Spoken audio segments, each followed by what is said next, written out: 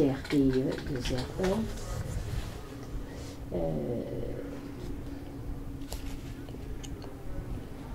Bah si, le 26 août 2004. Ouais, ça correspond, je suis parti en septembre. Et vous aviez fait quoi vous étiez parti dans quel pays? Au Pérou.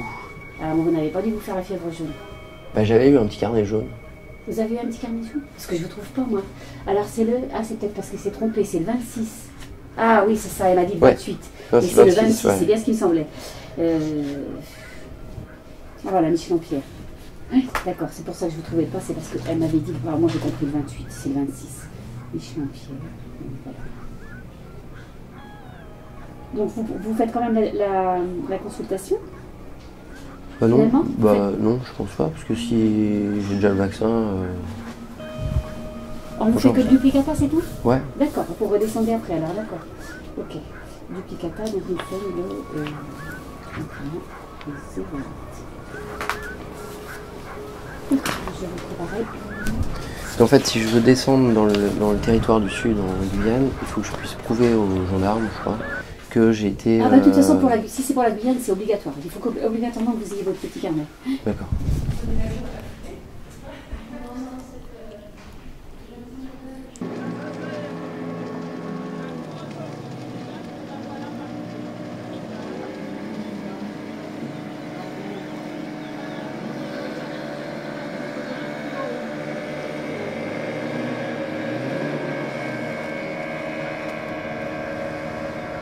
Tu travailles là? Quoi? Tu travailles ici? Ici? Ouais. Non, moi je viens pour promener un peu comme ça. Regardez Maripasoula là. Hein? Après je vais partir là parce que je prends ma pirogue. J'ai une pirogue à Paguet là-bas. Après je vais descendre pour regarder mes filets. Je pêche un peu pour manger. Pas commerce.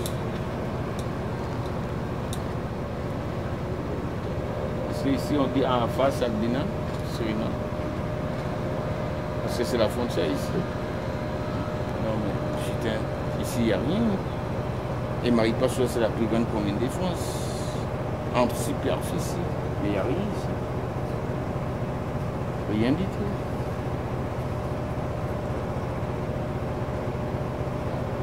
Très grand sous-développement. Là tu vois une canne militaire. Il n'y a pas trop grand-chose ici. Activité, ça manque beaucoup. Beaucoup.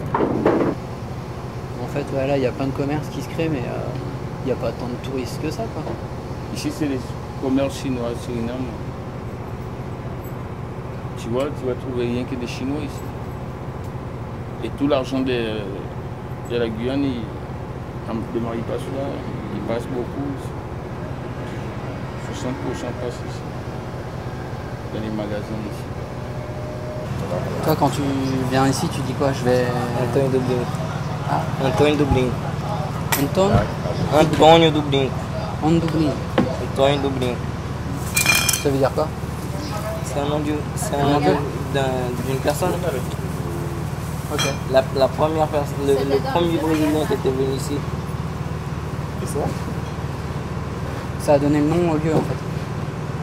Je crois que c'est pas moi. Ok, je savais pas.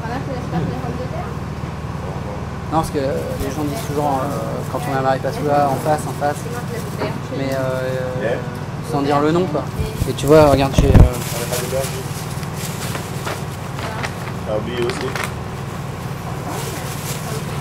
une carte.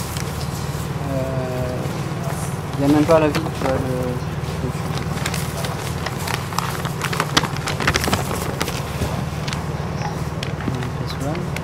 Tu vois, il n'y a rien. Parce que ça c'est un territoire qui n'est pas encore autorisé par la préfecture de Suriname. Suriname. Ouais. En fait, il y a un monsieur qui habite en face qui dit qu'il a une grande partie du bord du fleuve. C'est ça. Et puis les gens payent pour le gars. Ah ouais. Pour rester ici. Antoine. Pardon? Antoine Doubine. Non, Non, pas lui. non, c'est pas lui. Non, c'est un Français. Ouais. Non, c'est un gars qui habite en face, je sais pas s'il est français. D'accord.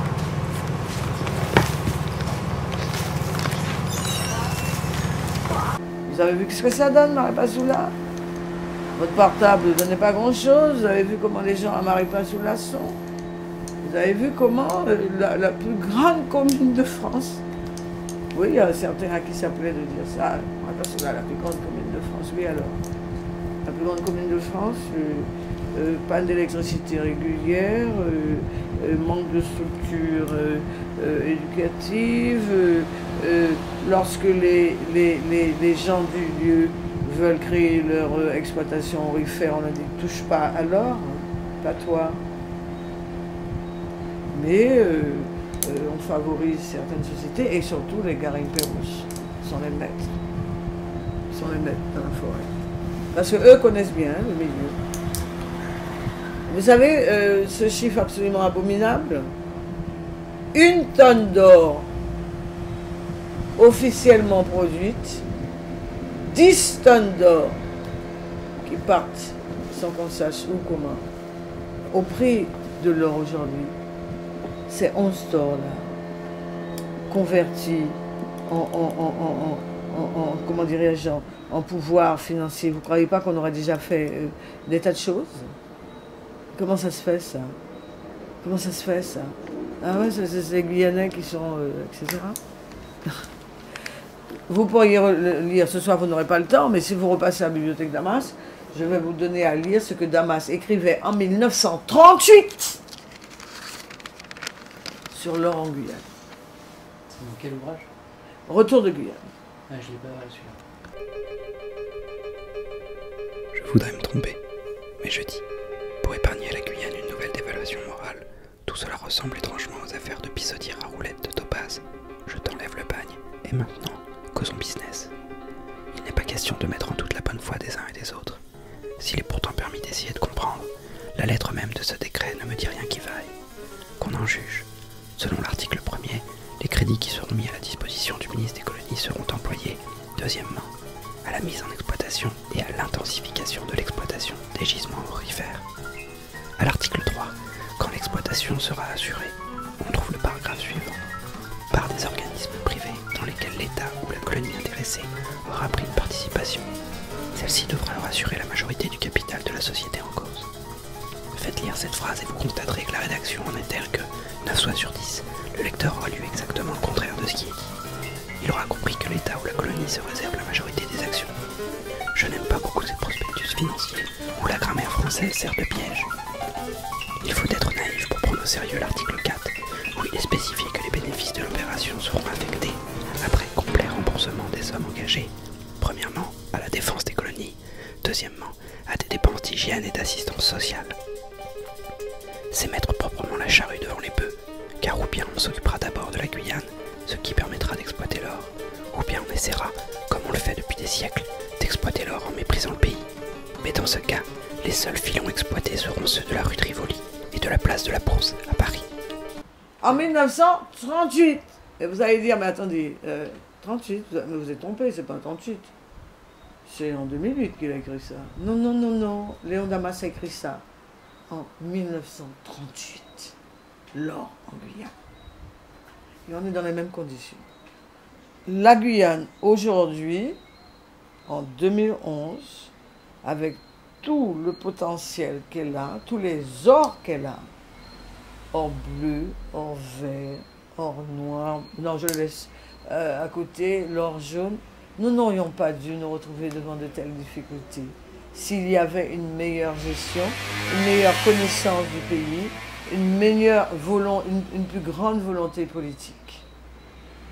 Mais les Guyanais ne décident pas, les Guyanais ne sont pas à la comment dirais-je, à la manœuvre politique complètement. Ça n'est pas vrai, puisque vous venez de me dire, nous sommes dans un département français. Vous savez, quand je vais en France, une des choses que j'adore les trains. J'adore les trains. Et je me suis toujours dit qu'un jour, je vais m'offrir dans ça. Quand je vais gagner à Euromillions ou je sais pas quoi, je vais m'offrir quelques grandes balades en train. J'adore le train. Je rêve de prendre ce beau train, j'ai vu ça à la télé, hein, ce beau train qui fait ces grandes balades en Europe. Peut-être aller jusqu'en Sibérie, mais le transsibérien, je sais pas. Bon, mais j'adorerais prendre ce train qui fait toute l'Afrique australe. Et en Amérique du Sud, ce train pour m'emmener jusqu'à Machu Picchu, etc. J'adore le train. Et quand je regarde mon pays, je me dis non mais franchement, il y a un truc qui va pas.